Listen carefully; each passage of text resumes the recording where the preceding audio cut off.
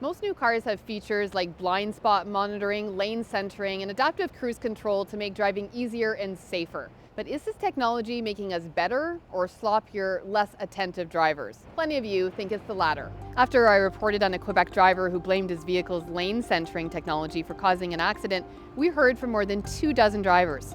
Many said they were actually uncomfortable with the safety features on their vehicles and worried drivers were becoming too dependent on them. There's a lot of people who are very nervous about the new technology because it makes them hesitant inside the car and they're not exactly sure how to use everything. All the settings are here. Oren Preisler is a driving instructor. If you have a new car with these features, Preisler suggests something that sounds basic, but many drivers don't actually take the time to do it. Learn how all these features all work.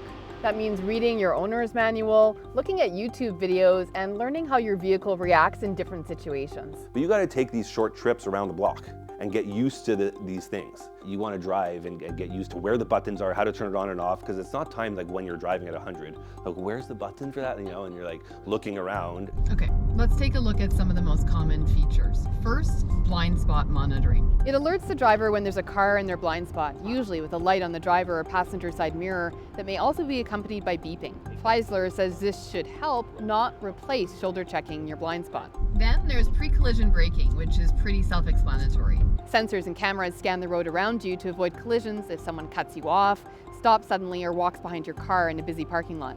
This is generally always active. There's nothing for the driver to do, but it can be pretty startling when it happens. There's also lane centering, also known as lane keep assist.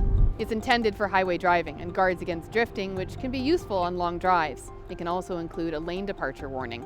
It's detecting that you're staying straight. And if the car moves at all, it's like at the sides of the roads on highways, you have those bumps to wake people up in case they fall asleep. It's going to beep really loud if it detects that your car is veering in one direction.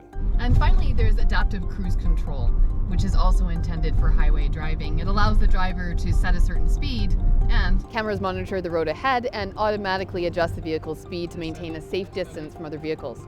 But Preisler warns that some people can get complacent with this one. Once adaptive cruise control is turned on, there's less for the driver to do. So people get fatigued because you're not as busy in the car, especially at night. If you're one of those people that could fall asleep easily, probably not best for you. Preisler admits there is a learning curve in managing the features on new vehicles, and each brand reacts differently.